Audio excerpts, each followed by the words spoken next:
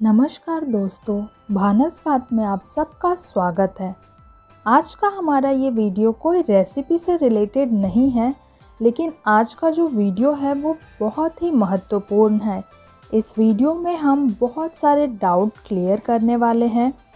ये वीडियो है नवरात्रि पूजा से संबंधित। जो अपने घरों में 9 दिन का व्रत रखते हैं और पूजा करते हैं माँ दुर्गा का, वो इस वीडियो को ज़रूर देखें, क्योंकि इस वीडियो में आपके सारे डाउट क्लियर हो जाएंगे कि हमें किस दिन क्या क्या करना है और किस दिन कौन सी पूजा है, घट स्थापना कब है, अष्टमी कब है, नवमी कब है और दशहरा कब मनाएंगे और इन सब का शुभ समय क्या है। कन्या भोजन हमें किस दिन करना है, हमें खोइचा किस दिन भरना है। ये जितने भी आपके मन में सवाल होंगे वो सारे जवाब इस वीडियो में आपको मिल जाएगा। तो एक ही वीडियो में आपको आपके सारे प्रश्नों के उत्तर मिल जाएंगे। तो सबसे पहले हम ये जान लेते हैं कि दुर्गा पूजा क्यों मनाते हैं। बहुत लोगों को पता होगा, लेकिन बहुत लोगों को नहीं पता होगा। तो हम संक्षेप में ये सुन लेते हैं कि इसे क्यों मनाया जाता है। तो जो कथा है वो इस प्रकार है कि प्राचीन काल में महिषासुर नाम का एक राक्षस तपस्या कर रहा था और उसकी तपस्या से खुश होकर ब्रह्मा जी ने उन्हें वरदान दिया कि कोई भी देवता या दानव उस पर विजय प्राप्त नहीं कर सकता।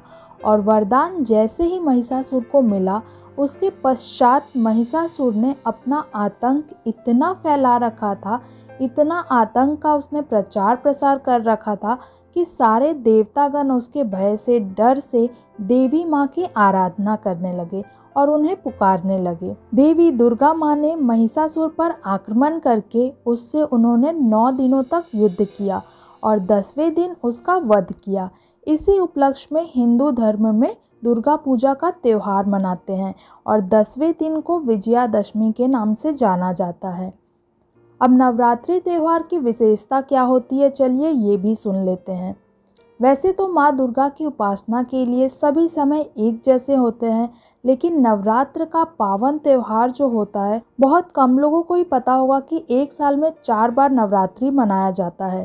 पहला जो होता है वो चैत्र मास में होता है पहली नवरात्रि, फिर चौथे माह में होता है आषाढ़ में दूसरी नवरात्रि, इसके बाद आश्विन माह में प्रमुख जो बहुत ही महत्वपूर्ण है, जो हम सब मनाते हैं, हर जगह मनाया जाता है, वो है शारदीय नवरात्रि। और साल के अंत में माघ माह में मनाया जाता है गुप्त नवरात्रि। इन सभी नवरात्रि का अगर आपको विशेषता जानना हो तो आप कोई भी धार्मिक ग्रंथों में पढ़ सकते हैं इसे, लेकिन जो प्रमुख 2 नवरात्रि है वो है चैत्र मास का और शारदीय नवरात्रि। इस तरह साल में 2 बार नवरात्र का उत्सव मनाने के पीछे बहुत लोग आध्यात्मिक, प्राकृतिक और पौराणिक कारणों को बताते हैं। शारदीय नवरात्रि यानी कि माँ दुर्गा पूजा के पवित्र 9 दिन, हर दिन माँ दुर्गा के अलग अलग स्वरूपों की पूजा की जाती है और उससे हम सबकी मनोकामना पूर्ण होती है।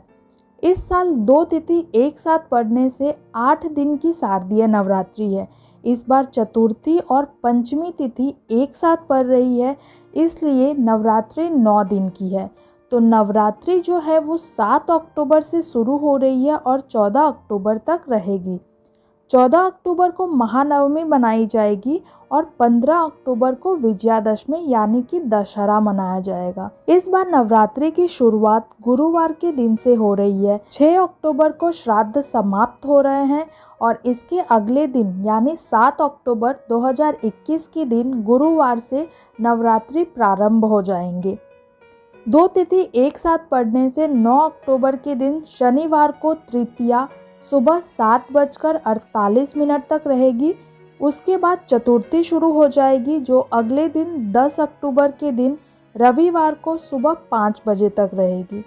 अब अगला जो है वो हम देखते हैं कि घट स्थापना का शुभ मुहूर्त क्या है। घट स्थापना का शुभ मुहूर्त 7 अक्टूबर को सुबह 6:17 से सुबह 7:07 तक का है।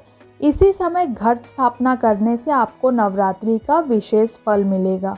2021 में माँ दुर्गा की सवारी क्या है? तो नवरात्रि में इस बार माँ दुर्गा पालकी पर सवार होकर आएंगी, यानी कि इस बार माँ दुर्गा की सवारी होगी डोली। शास्त्रों और ग्रंथों में ऐसा वर्णन किया गया है कि नवरात्रि का आरंभ अगर सोमवार और रविवार से हो तो माता रानी हाथी पर सवार होकर आती है, और नवरात्रि की शुरुआत शनिवार और मंगलवार से हो तो माँ दुर्गा घोड़े पर सवार होकर आती है, और अगर नवरात्रि की शुरुआत जब बुधवार को हो तो माँ दुर्गा का वाहन होता है नाव, और अगर नवरात्रि की शुरुआत गुरुवार और शुक्रवार को होती है तो इनकी सवारी जो है वो होती है डोली यानी कि पालकी। तो इस बार जो नवरात्रि है वो गुरुवार को है, इसलिए इनका जो वाहन है वो है डोली। नवरात्र से पहले ये काम अवश्य कर ले। बहुत सारे घरों में नवरात्र के 9 दिनों तक व्रत किया जाता है और उनके घरों में तैयारियां बहुत ज़ोरों शोरों से शुरू हो जाती है। माता रानी के जो भक्त होते हैं उनके आगमन में कोई कमी नहीं रहने देते हैं। जिनके भी घरों में 9 दिन तक व्रत किया जाता है, नवरात्र में उनके घरों में कुछ नियमों का पालन भी करना होता है। सबसे पहले तो आप अपने घरों की सफाई बहुत ही अच्छी तरह से करें।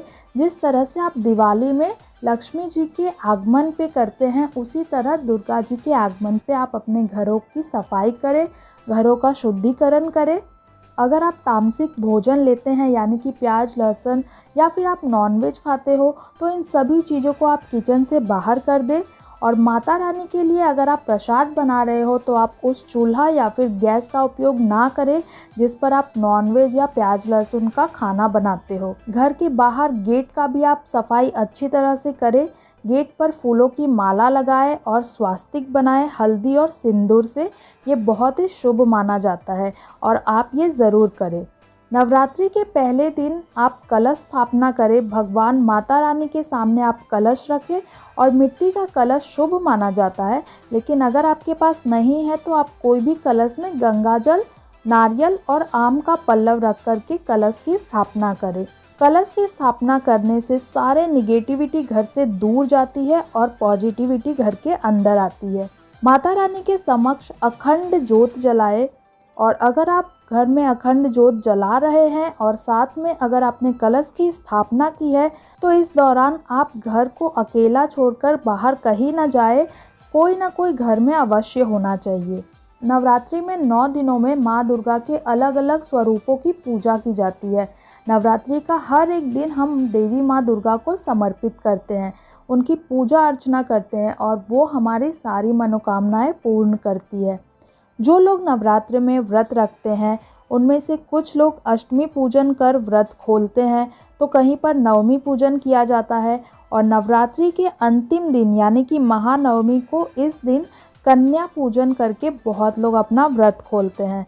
तो आइए हम देखते हैं कि इस नवरात्रि में किस दिन माता की किस स्वरूप की पूजा की जाएगी, और साथ में हम ये भी जानेंगे कि नवरात्रि में 9 दिनों तक अगर हर दिन अलग अलग रंग के कपड़े पहनकर माँ की आराधना की जाए तो माँ बहुत प्रसन्न होती है और इससे वो आशीर्वाद देती है। तो आइए देखते हैं कि नवरात्रि के 9 दिनों में किस किस दिनों में कौन से कलर के कपड़े पहनना शुभ माना जाता है। पहले दिन 7 अक्टूबर गुरुवार को माँ शैलपुत्री की पूजा की जाएगी, जिस दिन घट स्थापना है, और इस दिन हमें पीले रंग के कपड़े पहनकर माँ की आराधना करनी चाहिए। नवरात्रि का दूसरा दिन 8 अक्टूबर शुक्रवार को माँ ब्रह्मचारिणी की पूजा की जाएगी। इस दिन भक्तों को हरे रंग के वस्त्र पहनकर पूजा करनी चाहिए। नवरात्रि का तीसरा दिन 9 अक्टूबर शनिवार को माँ चंद्रघंटा की और माँ कुष्मांडा की पूजा की जाएगी। तीसरे दिन हमें भूरे रंग के कपड़े पहनकर पूजा अर्चना करनी चाहिए। नवरात्रि का चौथा दिन 10 अक्टूबर रविवार को माँ स्कंद माता की पूजा की जाएगी और इस दिन हमें नारंगी रंग के वस्त्र पहनकर पूजा करनी चाहिए। नवरात्रि का 5वां दिन 11 अक्टूबर सोमवार को माँ कात्यायनी की पूजा की जाएगी। इस दिन भक्तों को सफ़ेद रंग के कपड़े पहनकर पूजा करनी चाहिए। नवरात्रि का छठा दिन 12 अक्टूबर मंगलवार को माँ कालरात्रि की पूजा की जाएगी। इस दिन भक्तों को लाल रंग के कपड़े पहनकर पूजा करनी चाहिए। नवरात्रि का 7वां दिन 13 अक्टूबर बुधवार को दुर्गा अष्टमी, कन्या पूजन और माँ महागौरी की पूजा की जाएगी। इस दिन भक्तों को नीला रंग के वस्त्र पहनकर पूजा करनी चाहिए। नवरात्रि का 8वां दिन 14 अक्टूबर गुरुवार को महानवमी एवं हवन और कन्या पूजन किया जाएगा। इस दिन भक्तों को गुलाबी रंग के कपड़े पहनकर पूजा करनी चाहिए। नवरात्रि का 10वां दिन 15 अक्टूबर शुक्रवार को नवरात्रि व्रत का पारण किया जाएगा और उसी दिन दशहरा मनाया जाएगा।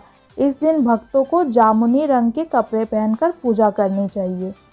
तो इस बार दशहरा 15 अक्टूबर को है और जो व्रत करते हैं 9 दिनों का, उनका पारण भी इसी दिन होगा, यानी कि 15 अक्टूबर को ही पारण भी होगा। और लास्ट में हम ये जान लेते हैं कि नवरात्र का व्रत किसे करना चाहिए, किसे नहीं करना चाहिए और उसमें हमें क्या क्या खाना चाहिए और क्या नहीं खाना चाहिए। 9 दिन का व्रत रखना हर किसी से नहीं हो पाता है।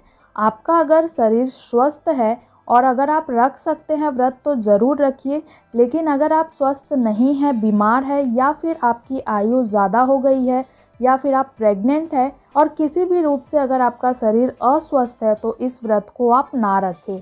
फिर भी अगर कोई व्रत रखना चाहता है तो नवरात्र के पहले नवरात्रि पर और 7वें या फिर 8वें नवरात्रि को व्रत रख सकता है, या फिर आप वो भी नहीं रख पाते हैं तो कोई एक नवरात्रि का व्रत रख लीजिए, या फिर आप बिना व्रत रखे भी माता रानी की पूजा अर्चना कर सकते हैं। अब जो व्रत रखते हैं वो व्रत में इस तरह का खाना खाए, इस तरह का फलाहार करे जिससे आपका पेट हमेशा भरा रहे और आपको एनर्जी भी मिलती रहे।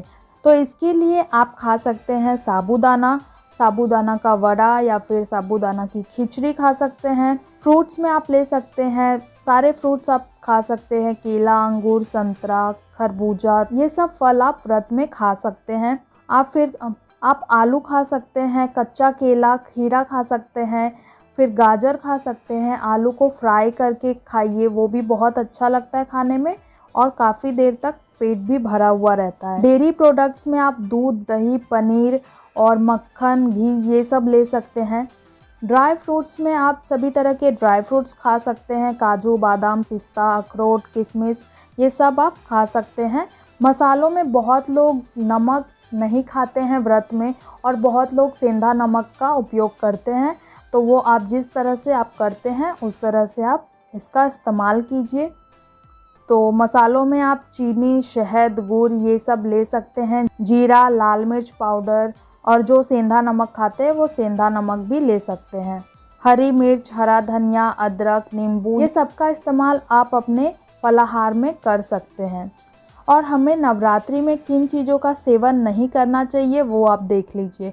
तो नवरात्रि में प्याज और लहसुन खाना पूरी तरह से अवॉइड करें, ये हमें बिल्कुल भी नहीं खाना है। मैदा हुआ, चावल हुआ, सूजी, बेसन, ये सब भी नहीं खाना है हमें। गेहूं का आटा, ये सब हमें नहीं लेना है व्रत में। फिर नॉर्मल वाला नमक जो आता है, जो हम रेगुलर अपने खानों में यूज़ करते हैं, वो इस्तेमाल नहीं करना है हमें। तो इन सभी चीज़ों का आप ध्यान रखें और अगर आपसे नवरात्रि का व्रत हो पाता है तो आप ज़रूर रखें।